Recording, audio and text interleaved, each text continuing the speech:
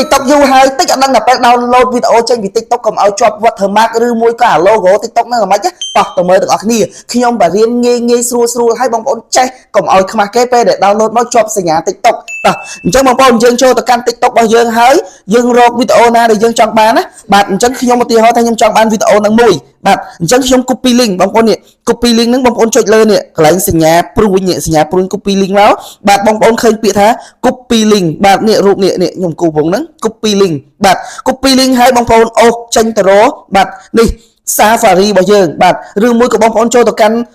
Chrome ក៏បានបាទចូលទៅកាន់ Google ក៏បានដែរស្រីចិត្តបងប្អូនអាស្រ័យលើបងប្អូនបាទអញ្ចឹងខ្ញុំប្រើ iPhone ខ្ញុំចូលទៅកាន់ Safari បាទចូលទៅកាន់ Safari ហើយបងប្អូនវាយពាក្យថាបាទបងប្អូនចាំវាយតាមខ្ញុំណាបាទ Snap N ASN AP បាទ Snap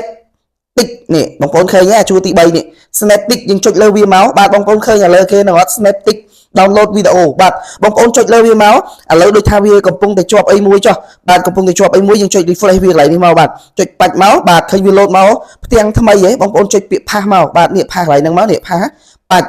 pass វាបាច់បងប្អូនឃើញទេ link ដែលយើង copy មកហើយយើងចុចពាក្យថា download បាទចុចពាក្យថា download ហើយបងប្អូនបាទអូសមកបងប្អូនឃើញទេយើងចង់ download កម្រិត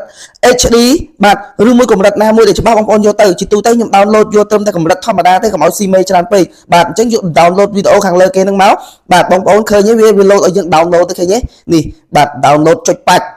ពេលដែល download ពេញបងប្អូនមើលសញ្ញាព្រួយខាងក្រោមនេះបាទបងប្អូនចុចលើវាមកបាទអញ្ចឹងបងប្អូនយកពាក្យថា download បាទ download បាច់បងប្អូនឃើញទេនេះវីដេអូដែលយើង download មកនេះឃើញទេអញ្ចឹងយើងចុចលើវាបាច់បាទវាកំពុងតែ play យើងឯងបងប្អូនណាបាទ play យើងចុចលើវាមួយឲ្យឃើញបាទយើងចុចលើវាឲ្យឃើញអញ្ចឹងមកនេះបងប្អូនឃើញពាក្យអាសញ្ញាព្រួយឡើងលើហ្នឹងឯងបាទបងប្អូនចុចលើវាបាច់មកបាទគឺវា load ឲ្យយើង download ឯនេះបាទ save វីដេអូ download ចូលបានបាច់បាទអញ្ចឹងបងប្អូនទៅមើលនៅក្នុងកម្មវិធីរូបថតរបស់យើងបាទចូលមកក្នុងកម្មវិធីរូបថតបងប្អូនឃើញទេនេះស្រួលងាយបងប្អូនអត់មានជាប់ watermark គេហៅថាសញ្ញា logo TikTok ទេងាយស្រួលតែមានគុណភាព